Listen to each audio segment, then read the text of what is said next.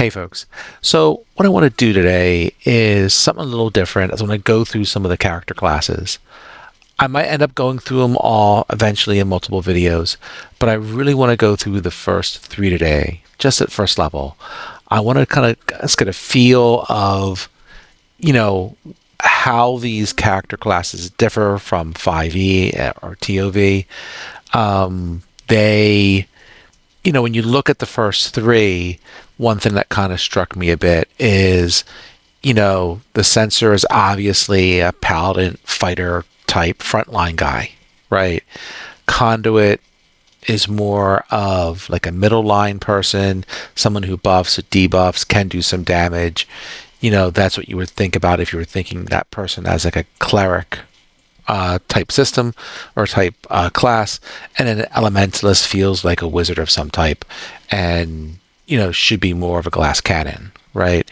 So by looking at the first three of these, we can get an idea of how they differ from 5e traditionally, right? We can look at the rest of them later. I'd be curious to see how the shadow does with respect to the rogue in 5e and so forth. But for right now, let's just go with the first three, and we can circle back to the other ones later.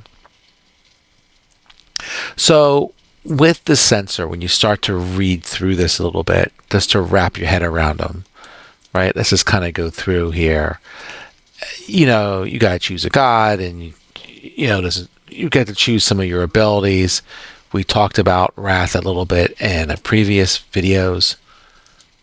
But one thing that jumped out to me when I started to read it was this thing here. So Judgment. So this is really a key ability for these guys, right? It's really kind of, a lot of things are based off of this.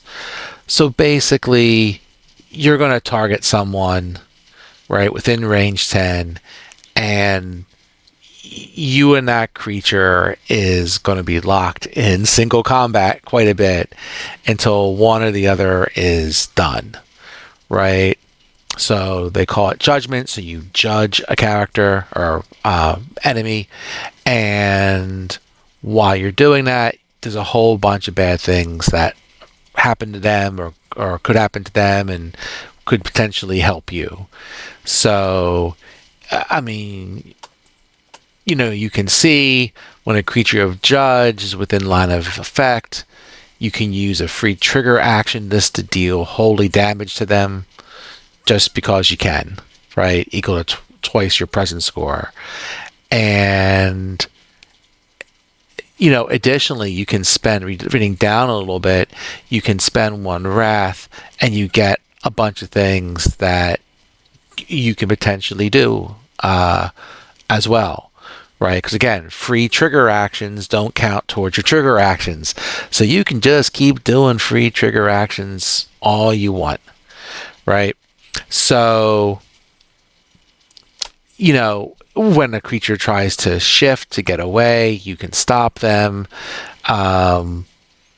If they make a power roll and they're within you, you can give them a bane and so forth. So you and this one creature is basically going to be together until one or the other is done.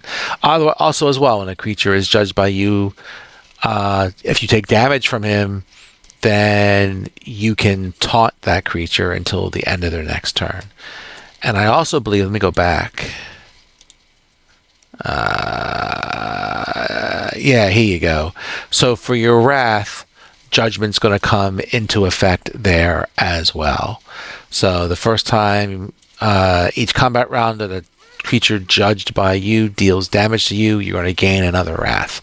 So Judgment is definitely something that you got to keep an eye on, and you got to keep doling out there. If you want to think of it, I guess, kind of like the Ranger at 5e, whether you marked a creature, you always want to keep someone marked. You always want to probably keep someone judged, and you're going to basically be using that as a key part of your ability. So let's just kind of go through this a bit. you'll see here, based on your domain, you're going to get a bunch of different skills. So based on your god, you have to choose a domain from your god, and then that's going to drive basically your subclass, it looks like, at least from a 20,000 foot level. So you'll get a skill from a skill group, and you're going to get some feature, and you can see there's a long list of these things, and we don't want to read through all of this.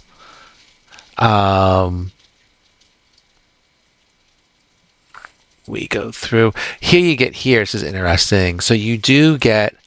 Oh, never mind. Wrong spot. Let me zoom out a little bit so I can see where the heck I'm at. These is your signature abilities. This dude has a healing ability. Either I just didn't find it yet, or no. I guess it's later. All right, we'll find it. So when you get into, oh, come on. There it is. My life for yours. Okay, I passed it. My bad.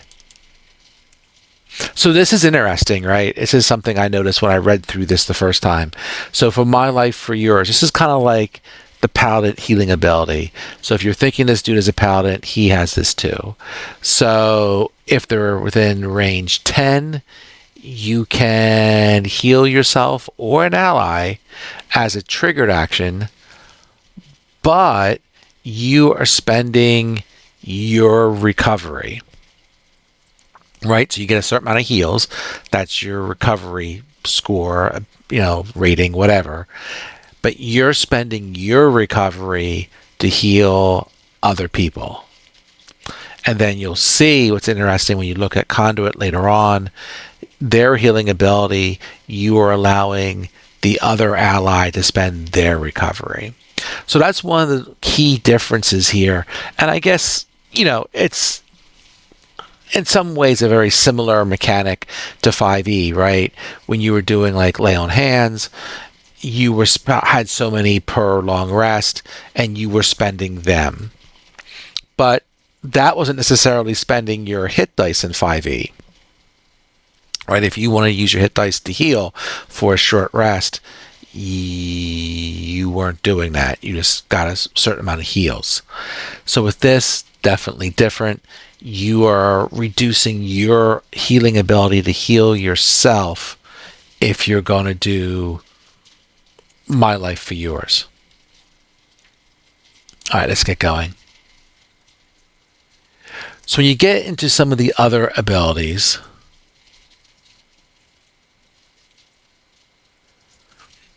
and so these are your signature abilities, and they do a fair amount of damage. So one thing you'll notice about this, right, is a lot of times, pretty much all the times I've seen so far, right, your bonus that you're doing to your damage, you can almost just think of that as +2, right? It seems like for a number of characters I've looked at, when you start that character, you get a +2 for that ability score automatically, and there you go. Right?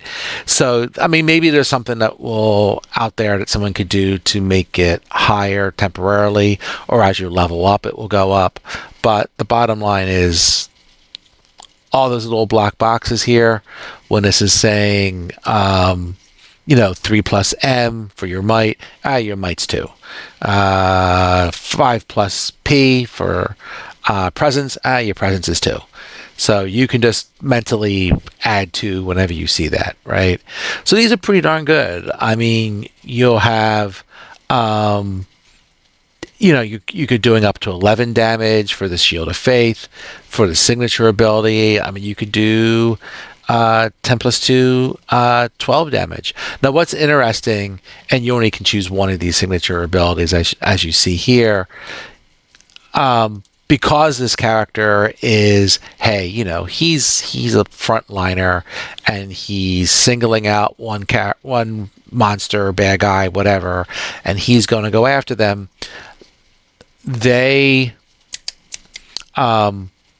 Most of these abilities are going to be melees. So just a FYI, this every step death, is cool, but it's also one of the few ranged abilities. Now, one thing Chat GPT is your friend if you haven't figured that out by now. As I was looking at this character, one thing that I was looking at, because I was seeing, all these melees and melees, and I came over here and saw that, hey, here's a ranged attack, and I'm like, eh, what happens if you make a range attack and you're next to someone, right? In a 5e system, that's disadvantage, or some other penalty. There's always a penalty involved. And I didn't remember necessarily reading that out of the box.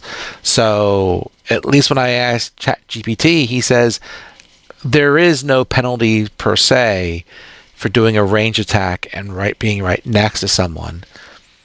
That's not to say that someone might not have an ability that will trigger when you do a range attack next to them, or something similar. So just keep in mind that while it looks like that there may not be a penalty directly for range attacks being next to someone, that doesn't mean they haven't thought of that, and the monsters, whatever you're fighting, might not have something to counter that. So I want to dig into the rules a little bit more on that. I definitely want to start digging into the monsters, because I really haven't looked at that book at all outside of art, and just wrap my head around how the monsters work and how their abilities are. All right, so with that, I can see I'm not going to get much further. Let's go faster. So yeah, this guy does a decent amount of damage. You go into their 5 wrath abilities. I mean, you could be doing like 15 damage. Here you're doing 14 damage, and you might have some weakness to fire, right?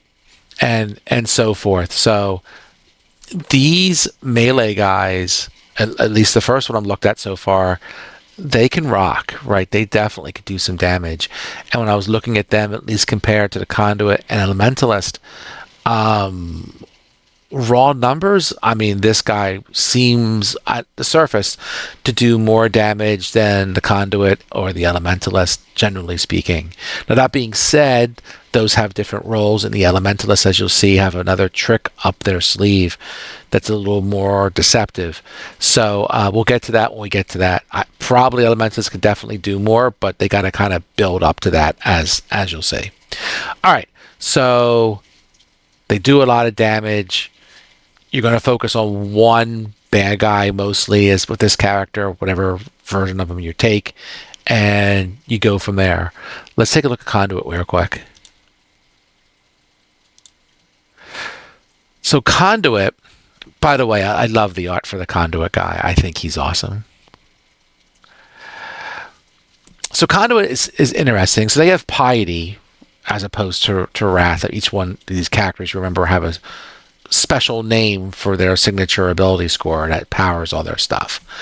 So yeah, it's interesting. So just straight up, they get 1d3 piety per turn, but if you pray, you can take a risk, in a sense. Depending on what your role is, you might get additional piety beyond what you normally get.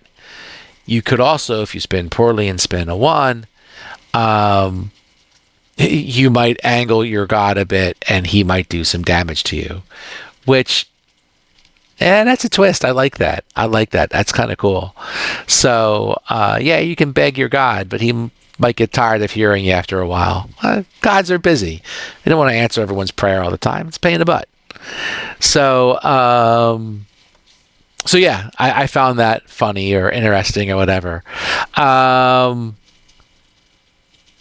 with this guy, right, again, you got to pick a god, a deity for yourself, and based on the god you pick, you have to run into that god. You're going to pick 2 of the domains that he is tied to as your main domains, and you will potentially be able to create extra piety based on those two you picked for your from your god, right? So this is another whole page drop down, but real quick, like if you look at the life domain, you gain 2 piety the first time in an encounter. A creature within 10 squares regains stamina. Right, so yeah, if someone heals near you, you get some more piety, and as a life domain cleric is 5e, it all kind of flows in a different engine, but thematically feels the same.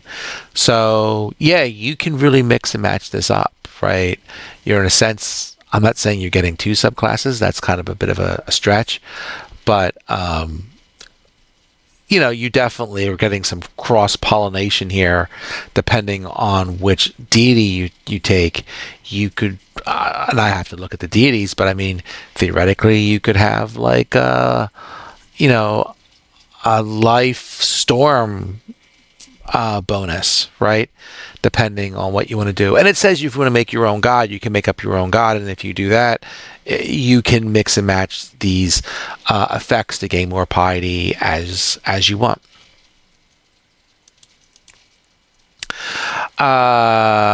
Again, so basically for your first level domain features, out of the two domains that you picked, you're going to choose another one. And based on that, you're getting your domain features, and you'll have to read through these. And there's lots of options here for your features. So going through all this is really not very practical, right? So here's where you get into, here's your healing ability, right? So as an ability that you get, and again, this is a repeat from Censor, with this one, it's a maneuver, a self or one ally within range 10. And if you use this, then one of your allies or yourself can spend a recovery. The target can spend a recovery, which is different than the Paladin guy, the Censor, where, again, they were spending their recovery to heal you. So just makes your Conduit a more efficient healer, if that's what they need to do, right? As you would expect, like a cleric is more efficient than a paladin. Yada yada yada. You get Ray of Wrath, ranged distance, and it does some light damage. Feels like a cantrip thing. You have your triggered action that you have to choose from, and you could do a guidance, like clerics in 5e like to do guidance. Here is your word of guidance, or you have a word of judgment, which the target would take damage from an ability that uses a power roll. Okay, sure. So it just does a little bit more for you. Let's keep going. So this is kind of cool. You get, as part of a Conduit, you get like a prayer and a Conduit ward, which basically gives you some bonus and some extra way to protect you. Like here's a sanctuary ward and so forth. Here's a spirit ward, blah, which makes you think of spirit guardians. Sanctuary is self-explanatory, but you can you read how it works in this system, and then you can change your prayer and your Conduit when you need to. You got to do as a respite. So when you do your respite, if you want to swap things up, you can, right? And give yourself a slightly different way of protecting yourself, or a different prayer to give yourself a bonus. When you look at the abilities as you go down here, yeah, they're nice. I mean, they're not as damage effective as a Censor, but they serve different purposes, right? These are all generally, well, this is arranged. These are arranged in melee, I guess, mixed, right? And you've got different things that you can do here besides the type of damage. Here you can pull some people and so forth. So these guys have a little bit more abilities to affect the battlefield. Whoops, come on. Here's a slide. Here's one where you can target takes a bane. So, it depends here. Now these, let's go back. Right, you gotta choose two of these. So again, you can really change the flavor of your character. And these don't have any restrictions. You just choose two, right? So they're not tied to whatever domain you picked earlier to give you your bonuses or whatever. Now you want to pick something to have some synergy between them probably, but just keep in mind that you're free to pick these as you wish. I love that picture too. I just love that guy. I just think the art for him is cool. Again, you'll see this is not really the same amount of damage you were generally getting from whatchamacallit, I keep when I say the 5e ones, the Censor, right? So, but it's all good. They still do decent damage, and some are comparable depending on what you want to pick. They all have their advantages and disadvantages.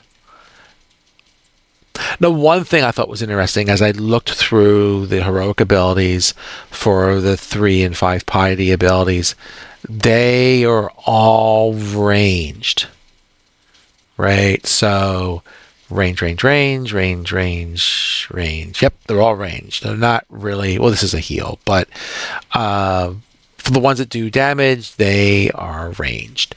So, yeah, so while you do have some melee abilities as your standard actions, right, on the previous page that you could pick, you're not getting those as part of your 3 or 5 point spends.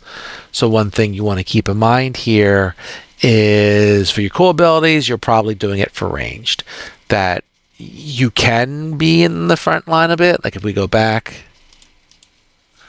as you go back into your signatures, right? I mean, here's a melee. I mean, you're doing, 257. So that's definitely okay, but less than the Censor as you would expect, right? You go down a little bit. That's a burst ability. Right. Here's another melee where you do 358.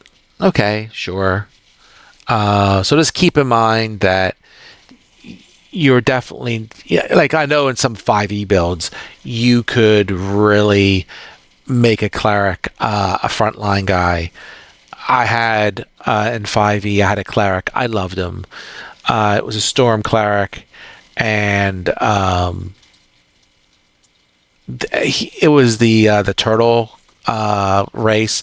So he had like some nasty natural armor, and between that and the other abilities, he just absolutely rocked. Right. So definitely don't see a good way to quite replicate this build. That build in the draw steel system, but that's okay. I don't think as a cleric as a frontline guy, and I think that's not necessarily where they belong traditionally. So yeah, keep that in mind. Your cool stuff is going to be in the back. All right, so let's look at Elementalist real quick, just to see the differences with these folks.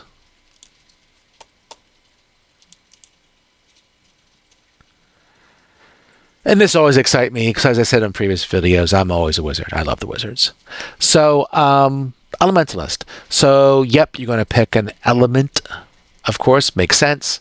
There's different types of elements. There are several primal elements, but you're only picking one of the 4. You don't get to use all of them as one. You got Earth, Fire, Green, and Void are the ones you can pick. That determines your subclass, basically. And there are other types, but you can't pick them. That might be the next book. Now, each one of them gives you a slightly different flavor, as you would expect. Green might be more healing, etc. So, you have to read through these if you want to be one of these guys and see which one is sexiest for you. You'll see here for Essence, right? You're gaining the standard 2 S's per turn, plus your victories to start with. And when you see someone doing combat around you, then you'll get an extra one. So you're probably really getting 3 essence every round unless you're separated from the group somehow. So this is like your standard damage. But this, to me, I think up here is what really gives the Elementalist its fire, I guess, since I got a fire picture here. Persistent magic. So we'll see this when we look at their abilities, and this is what kind of separates them from, say, the Conduit abilities that they have. So for the Elementalist abilities, they have the ability to do persistent magic. So if you want to think of this as concentration, you kind of sort of can, not really. What it means in this case, if you read this, is that for a small cost, you can, if you cast a spell on the first turn, you can, going forward, spend a, what is it? Dang it. The counter ability. I forget what they call it for this darn class. Why they name each one of these different? Essence. Thank you. Darn it. So you can spend an essence to keep that ability going. Right? So it's like I said, concentration. So where, say, for Conduit, you're casting your 3-point, say, ability, and it's done. It's one and done. Right? You're going to have the points to spend it next time. But a lot of times with this, you'll cast your 3-point spell for the Elementalist, and then you can make it persist.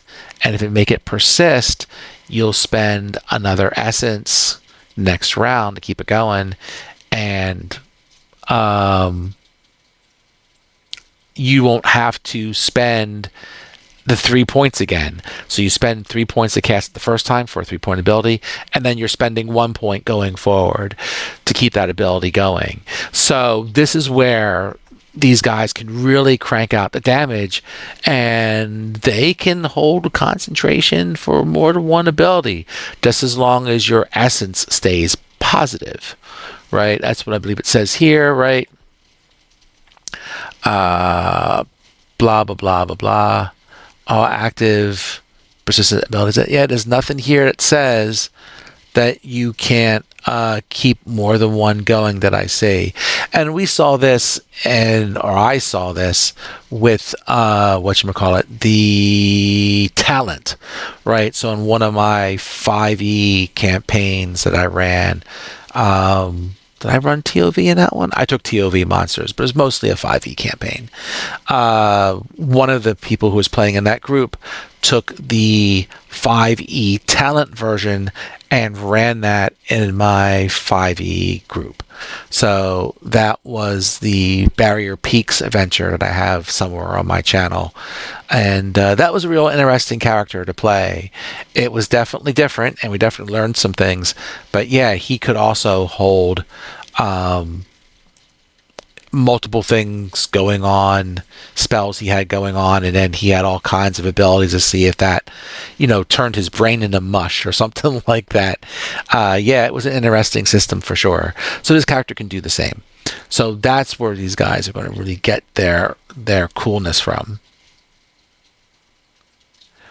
So, a lot of times as I'm flipping through this, as you're going through what abilities you're going to get here, right? You can see here, if you picked Earth as your specialization, and then you're getting these two.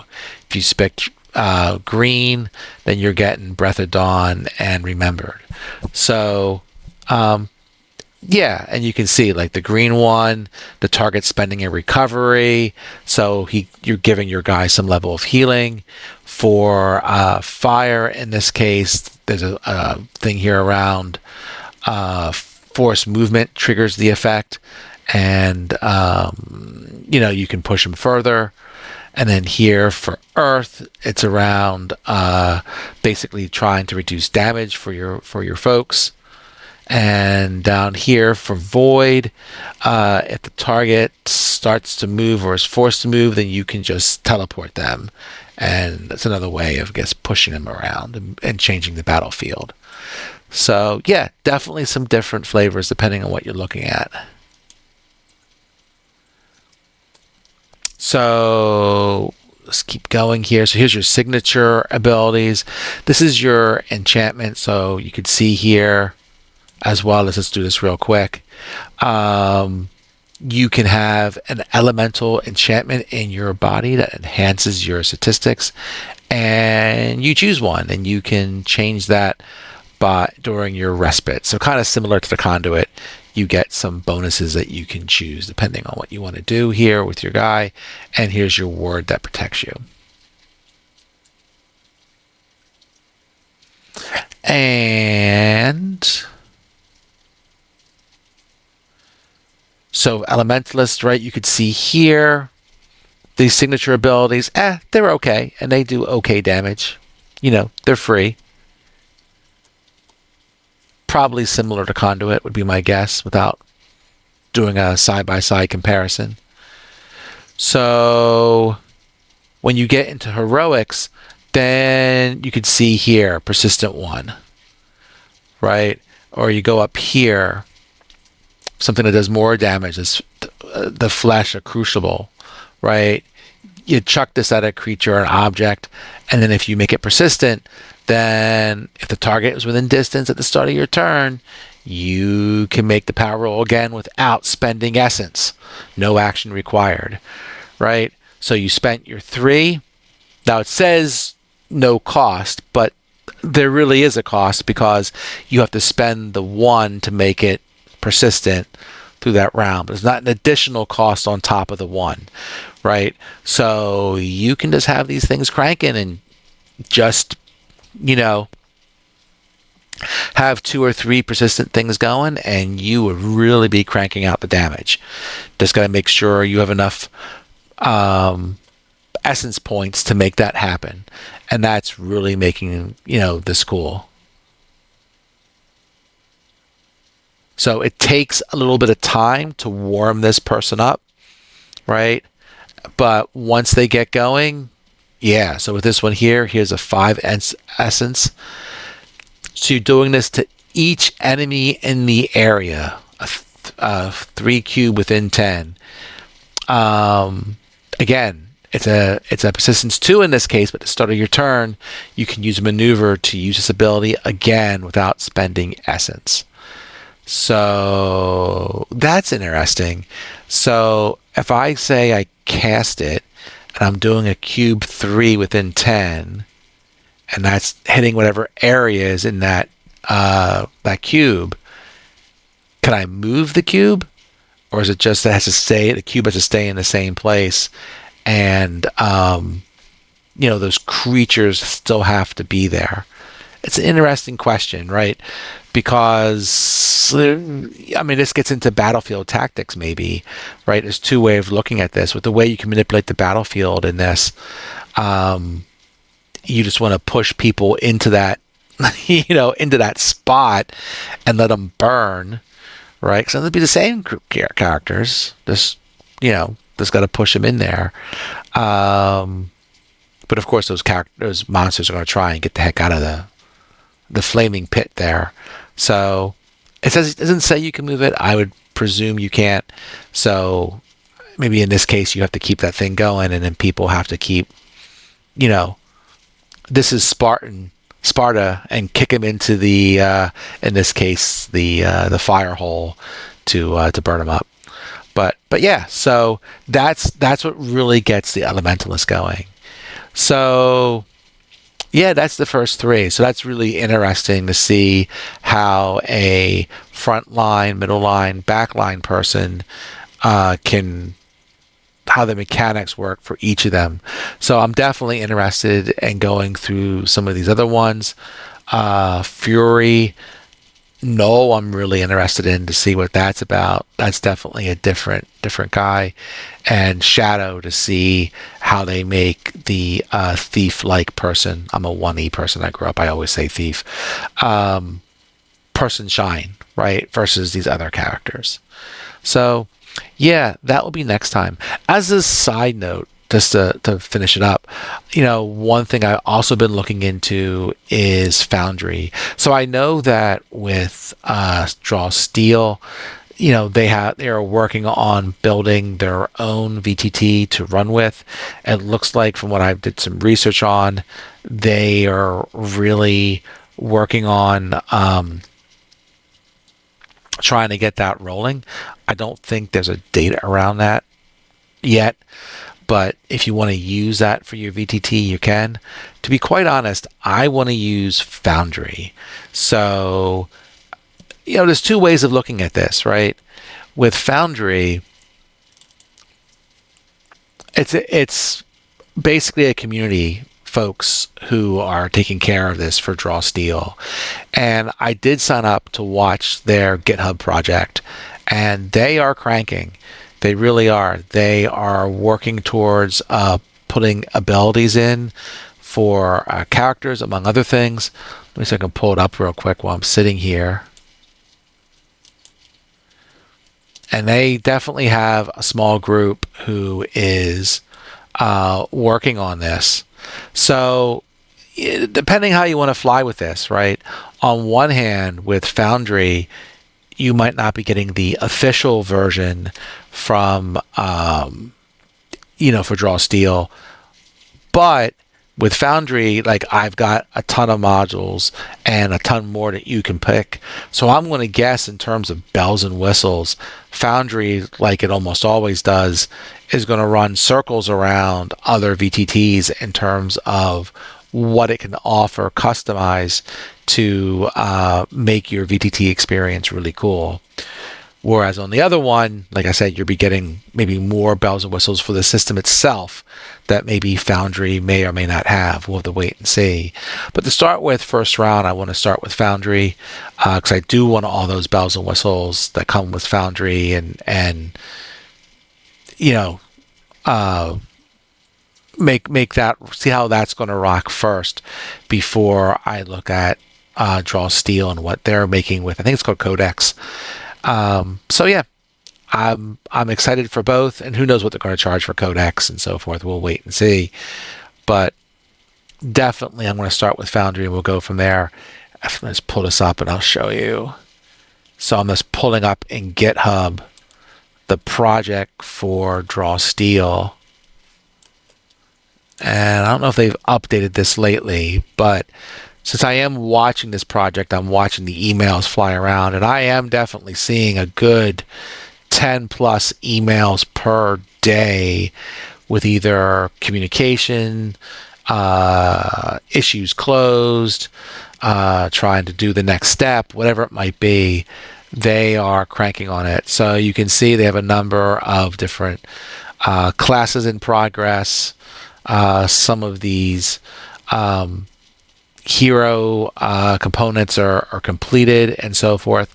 Now, even though that's said in here, that hasn't been released yet. So I did create real quick a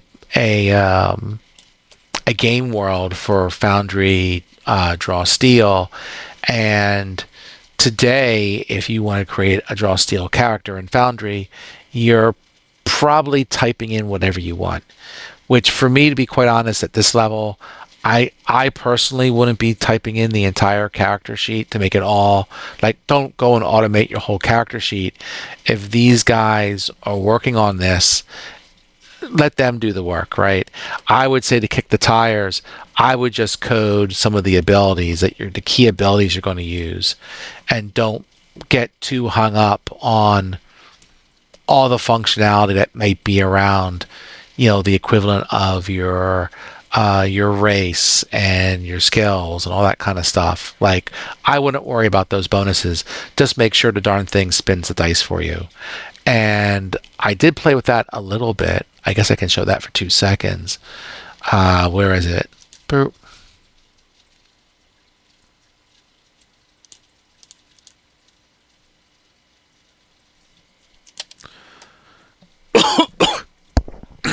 I'm sorry about that. It snuck up on me. Excuse me. Okay, so this is just an old map from another adventure.